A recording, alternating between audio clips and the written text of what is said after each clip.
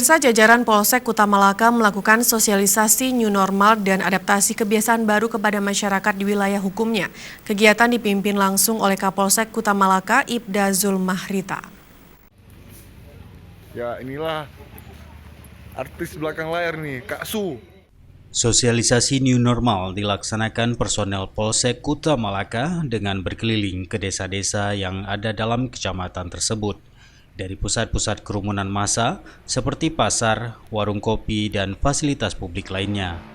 Kapolsek Kuta Malaka Ibda Zulmahrita menyampaikan dengan pemberlakuan new normal, masyarakat Kecamatan Kuta Malaka yang akan melakukan aktivitas di luar rumah diharapkan tetap mengikuti protokol kesehatan sebagai upaya memutuskan mata rantai penyebaran virus COVID-19.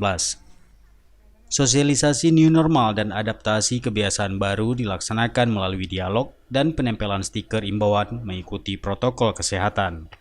Dari Aceh Besar, Tim Liputan Aceh TV melaporkan.